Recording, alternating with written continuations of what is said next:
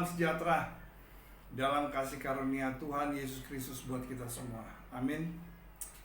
Saudara, hari ini saya rindu untuk menyampaikan pesan-pesan Tuhan, karena hari-hari ini adalah hari-hari di mana kedatangan Tuhan Yesus sudah semakin dekat, ya.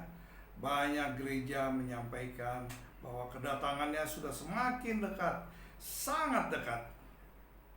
Oleh karenanya, saya mau sampaikan renungan firman Tuhan, pesan-pesan Tuhan untuk kita semua. Mari kita berdoa sebelum kita mendengarkan pesan-pesan Tuhan. Kembali kami bersyukur Tuhan. Terima kasih untuk semua kebaikan-Mu. Terima kasih untuk semua penyertaan-Mu di dalam kehidupan kami. Kami berdoa pada saat ini, kami semua yang mendengar dalam keadaan yang baik. Kalaupun ada dalam keadaan yang tidak baik, Tuhan, biarlah Engkau jamah mereka. Yang sakit Kau sembuhkan. Bahkan yang saat ini sedang mengalami kesulitan, Tuhan buka jalan. Tuhan buka jalan. Engkau memberkati semua. Di dalam nama Tuhan Yesus, meteraikan firman Tuhan yang Kau sampaikan, sehingga kami boleh memahami apa yang mau Tuhan sampaikan. Dalam nama Tuhan Yesus terpujilah. Haleluya. Amin. Nah, saudara dikasih oleh Tuhan, saat ini saya mau membagikan firman Tuhan yang saya akan ambil di dalam kitab Lukas. Lukas pasal 21 ayat 34 sampai dengan ayat yang ke-38, ya. Lukas 21 ayat yang ke-34 sampai ayat yang ke-38. Saya bacakan, ya. Ini nasihat supaya berjaga-jaga. Jagalah dirimu supaya hatimu jangan syarat oleh pesta pora dan kemabukan serta kepentingan-kepentingan duniawi, supaya hari Tuhan jangan dengan tiba-tiba jatuh ke atas dirimu seperti suatu jerat. Sebab ia akan menimpa semua penduduk bumi ini. Berjaga-jagalah senantiasa sambil berdoa, supaya kamu beroleh kekuatan untuk luput dari semua yang akan terjadi itu, dan supaya kamu tahan berdiri di hadapan Anak Manusia. Pada siang hari Yesus mengajar di Bait Allah, dan pada malam hari ia keluar dan bermalam di gunung yang bernama Bukit Zaitun. Dan pagi-pagi semua orang banyak datang kepadanya di dalam Bait Allah untuk mendengarkan Dia. Saudara, ayat yang ke-36 dikatakan apa? Berjaga-jagalah senantiasa. Sambil apa? Sambil berdoa, supaya kamu beroleh kekuatan dan untuk luput dari semua yang akan terjadi itu, dan supaya kamu tahan berdiri di hadapan Anak Manusia. Saudara, Tuhan mengingatkan kita untuk selalu berjaga-jaga sambil berdoa. Jangan cuma berjaga-jaga aja, tetapi sambil berdoa, supaya apa? Kita luput dari semua yang akan terjadi. Kedatangan Tuhan tidak lama lagi, saudara. Kita nggak pernah tahu kapan Tuhan akan datang. Makanya pesan Tuhan jelas, berjaga-jagalah sambil berdoa. Amin.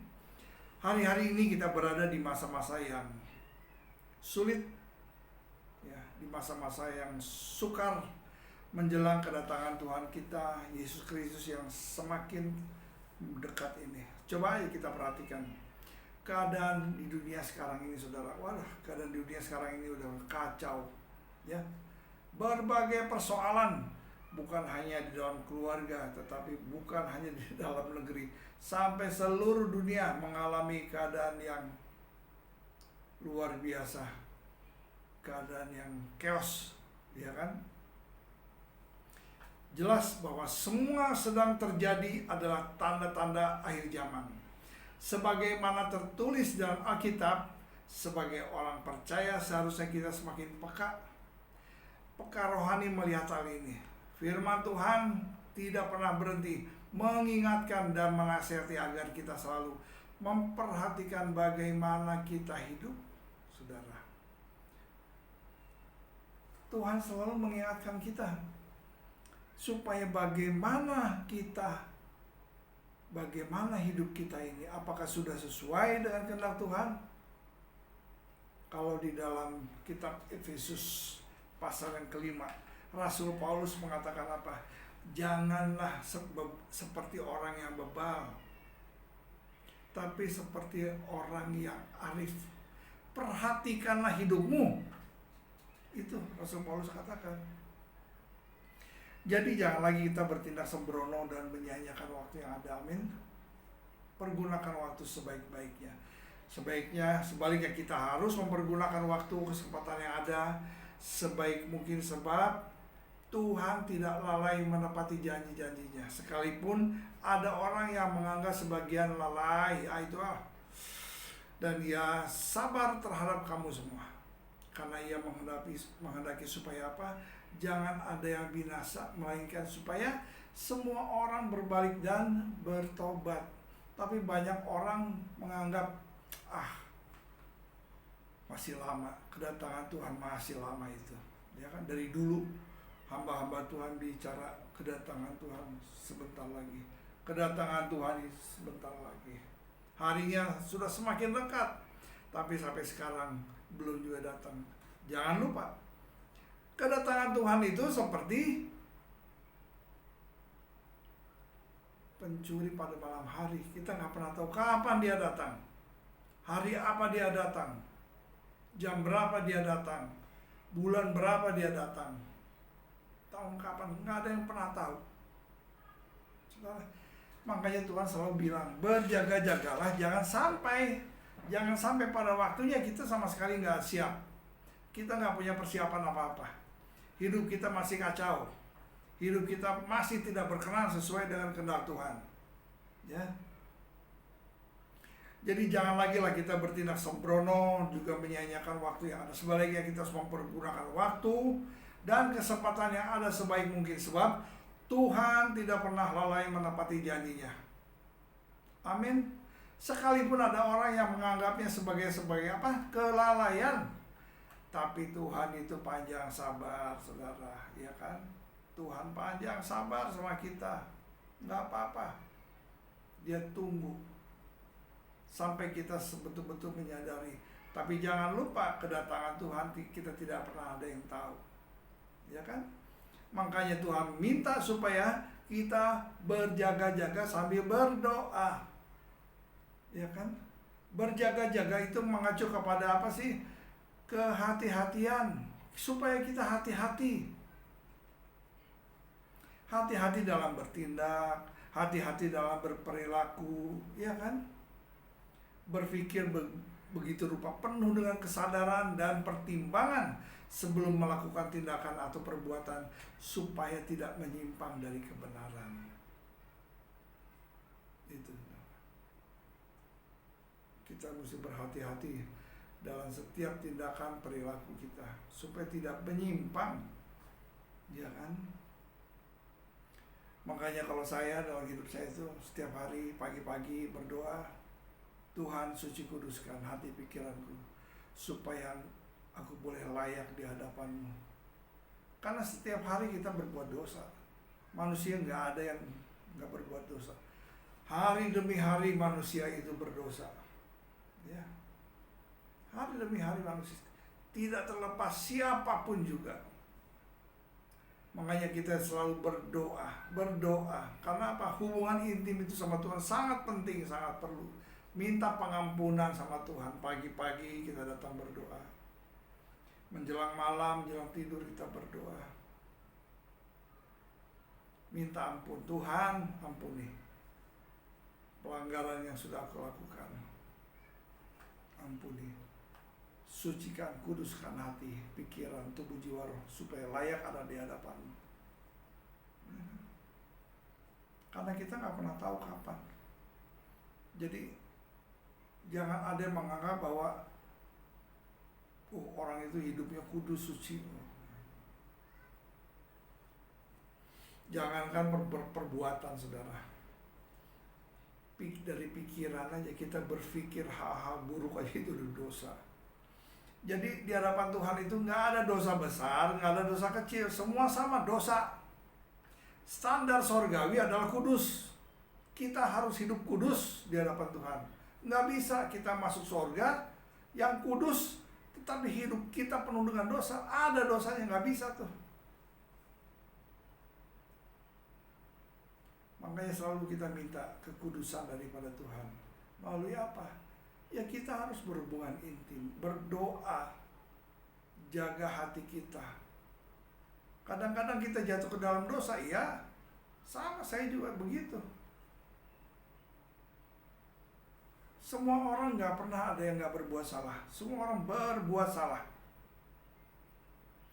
Tapi kalau kita mau menyadari, kita minta ampun kepada Tuhan. Kembali di Tuhan suci kuduskan. Supaya apa? Layak di hadapan Dia. Nah, Tuhan berkata apa? Janganlah kamu menjadi serupa dengan dunia ini, tetapi berubahlah oleh pembaruan budimu, sehingga kamu dapat membedakan mana kehendak Allah, apa yang baik, apa yang berkenan kepada Allah, dan yang sempurna. Catat saudara, saya ini mencatat nih. Roma 12 ayat yang kedua. Jangan kamu menjadi serupa dengan dunia ini, tapi berubahlah oleh pembaruan budimu, sehingga kamu dapat membedakan mana kehendak Allah, apa yang baik, yang berkenan dan kepada yang berkenan kepada Allah dan yang sempurna.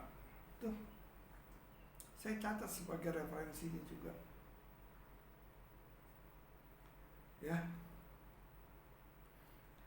Kalau orang di dunia hidup menurut keinginan daging, hawa nafsunya, lalu larut dalam pesta pora, larut dalam kehidupan yang percaya, maka kehidupan orang percaya tidak boleh demikian.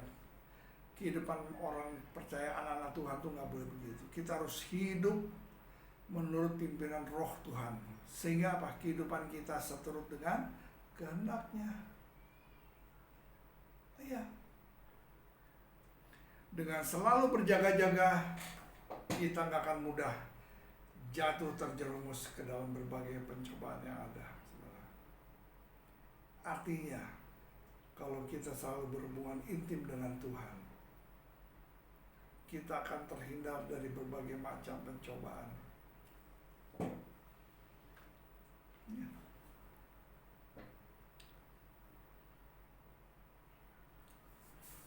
Kita baca Efesus pasal yang kelima ayat yang ke-17. Kita buka Efesus pasal yang kelima ayat yang ke-17. Di sini dikatakan,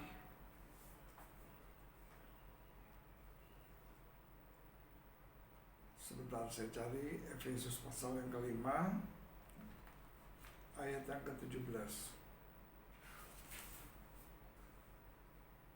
Ya. Efesus pasal ayat yang ke-17. Sebab itu janganlah kamu bodoh, tetapi usahakanlah supaya kamu mengerti kehendak Tuhan. Ya, jelas kan? Tuhan bilang janganlah kamu bodoh, supaya mengertilah apa yang menjadi kehendak Tuhan. Secara pasti kita telah berada di penghujung tahun 2023, hanya tinggal hitungan hari. Dan jelas terlihat bahwa keadaan dunia ini semakin hari semakin bertambah buruk, kalau saya boleh bilang ya. Bukan bertambah baik, bertambah buruk, dipenuhi dengan berbagai macam kejahatan-kejahatan. Kita juga mudah sekali terpancing, terbawa arus dunia ini. Tapi Tuhan berpesan seperti yang barusan, janganlah kamu bodoh, tapi usahakanlah supaya kamu mengerti kehendak Tuhan. Amin. Kata berdoa ini menekankan pada apa? Kepada hubungan kita terhadap Tuhan. Berjaga-jagalah sambil berdoa. Itu penting. Saudara, berdoa. Nggak cuma berjaga-jaga, tapi kita juga berdoa. Ini menekankan kepada hubungan kita terhadap Tuhan. Melalui apa? Ya melalui doa. Kalau kita orang banyak bilang, ya kan, Buat orang percaya itu doa itu adalah nafas hidup. Doa itu nafas hidup. Tanpa doa kita akan mengalami kematian rohani. Tanpa doa kita akan gagal dalam berjaga-jaga. Sebab apa? Sebab sumber kekuatan kita datangnya hanya dari Tuhan, saudara. Iya kan?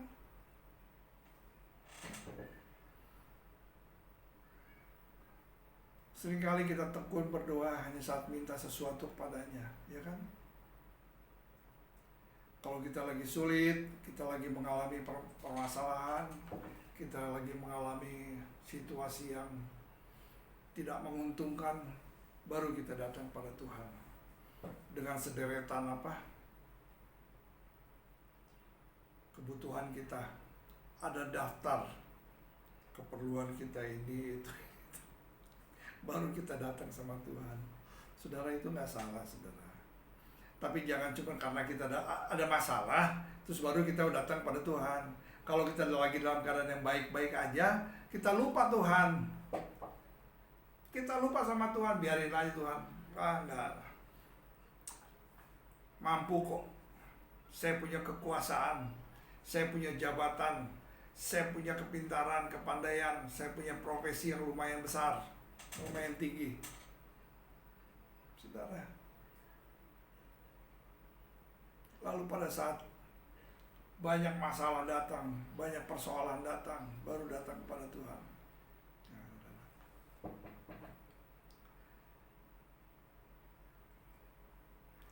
Baik kita dalam keadaan yang baik-baik, baik kita dalam keadaan yang benar-benar sejahtera, tetap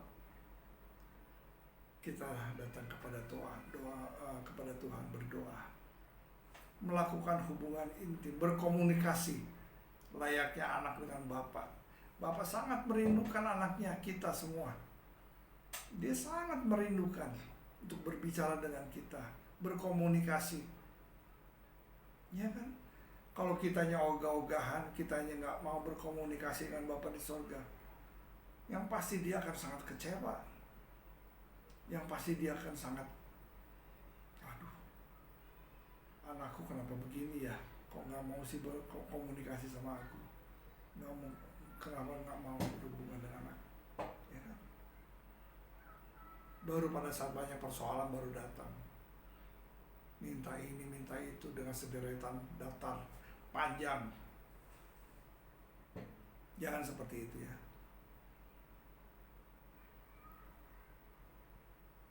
Jadi berhati-hatilah. Ada banyak orang Kristen mengalami kejatuhan bukan dari banyaknya masalah yang dialami, tapi justru saat mereka sedang diberkati dan segala sesuatu yang baik, karena merasa aman dalam segala hal, kemudian akhirnya lengah. Disitulah iblis melihat celah, ya kan? Seperti singa yang berkeliling mengaum-ngaum, siap untuk menerkam. Saudara, kalau kita memberikan celah sedikit aja buat si iblis, dia akan masuk, bukan hanya menggerogoti kita sedikit demi sedikit, enggak. Begitu iblis masuk, itu seluruh aspek kehidupan kita itu sudah dikuasai oleh iblis. Enggak digerogotin sedikit-sedikit begitu, enggak, saudara. Kita sepenuhnya ada di dalam kuasa si iblis.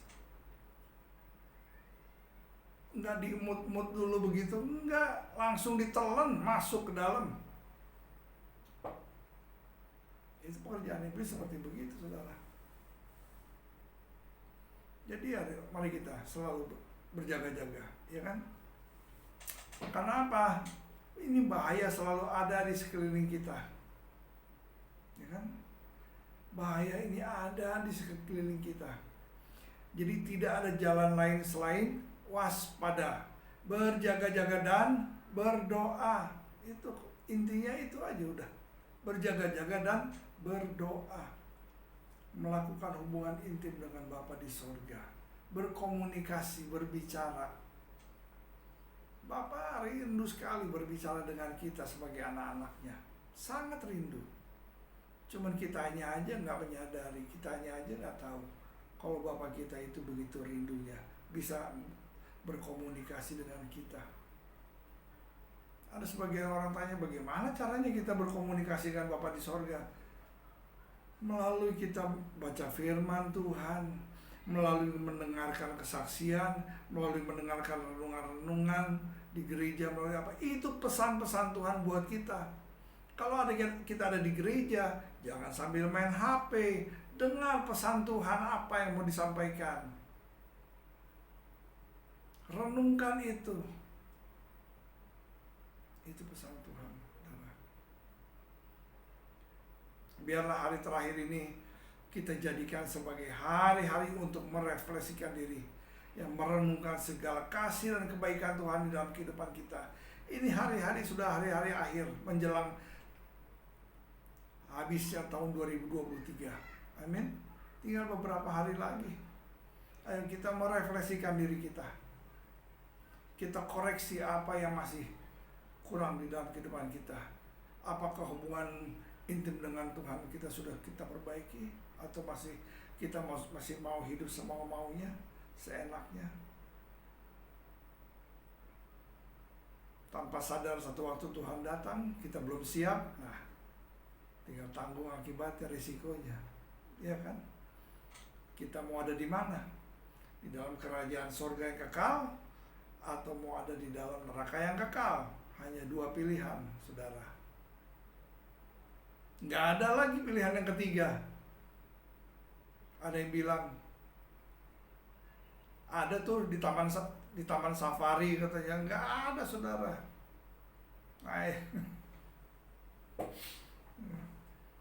Itu cuma bercanda aja tuh, teman-teman saya suka begitu. Ada tuh, nggak ada, cuma ada dua, surga atau neraka, cuma itu aja pilihan kita. Kita mau di mana? Makanya berjaga-jaga. Hanya karena pertolongan Tuhan semata-mata kita dapat melewati hari-hari ini, betul? Kita boleh melewati hari-hari sepanjang tahun 2023 kalau sampai hari ini kita masih ada di dalam kasih anugerahnya Tuhan. Kita masih diberikan kesempatan untuk menikmati hari-hari, hari demi hari, dan kita diberkati. Itu karena apa? Kasih anugerah Tuhan. Tuhan gak pernah membiarkan kita dan meninggalkan kita. Tuhan selalu ada di setiap musim hidup kita, selalu ada. Mau kita lagi keadaan di atas, di dalam puncak karir, atau kita mengalami drop dalam kehidupan kita, pekerjaan usaha kita mengalami drop, Tuhan selalu ada, saudara. Jangan lupakan itu, selalu ada. Kita datang kepada Tuhan, Tuhan memberikan kemampuan, Tuhan memberikan kekuatan. Karena apa? Setiap pergumulan, pencobaan yang kita alami, Tuhan tidak akan memberikannya lebih daripada kemampuan kita. Ingat itu. Dan Tuhan akan membuka jalan buat kita sepanjang kita melakukan hubungan intim dengan Tuhan. Karena Dia Bapa kita. Bapa kita itu yang punya segala-galanya, seisi alam semesta ini. Masa kita anaknya dibiarkan begitu aja? Enggak, saudara. Amin. Dia tidak akan meninggalkan kita, enggak. Tapi kita rasanya kok sepertinya, nggak ada Tuhan. Saya sekarang lagi masalahnya besar, masalah berat. Kok Tuhan nggak menolong kita? Tuh, saudara, jangan salah dulu. Kadang Tuhan menguji iman kita. Kadang Tuhan menguji iman kita. Apakah kita memiliki iman yang sungguh-sungguh kepada Tuhan, atau iman yang hanya pura-pura? Ya, bisa kita hanya berpura-pura. Kelihatannya berdoa di gereja, kelihatannya seperti orang yang benar, kelihatannya seperti orang yang baik-baik, padahal Tuhan tahu semua isi hati kita. Tuhan tahu semua isi hati kita. Ya. Jadi Tuhan selalu ada. Baik kita dalam keadaan yang sejahtera, walaupun kita dalam keadaan yang terpuruk. Jangan khawatir, Tuhan selalu menopang kita. Dia tidak akan membiarkan dan meninggalkan kita, saudara. Allah itu bagi kita tempat perlindungan dan kekuatan. Dia sebagai penolong di dalam kesesakan. Itu sangat terbukti. Asal kita mau betul-betul dekat dan intim dengan Dia, kita memahami bahwa Allah itu dekat sekali sama kita. Kita nggak merasa sendirian menghadapi dunia yang bergelora, yang tidak ada jalan lain. Kita harus semakin dekat kepada Tuhan melalui apa? Melalui doa-doa kita. Amin, saudara. Ya. Jadi mari kita terus berjaga-jaga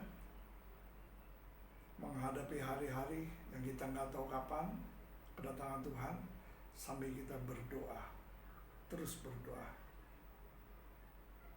Kita lakukan hubungan intim dengan Tuhan. Amin. Yuk mari kita tutup renungan untuk hari ini. Kita berdoa bersama-sama. Kembali kami bersyukur, terima kasih ya Tuhan. Terima kasih untuk firman-Mu.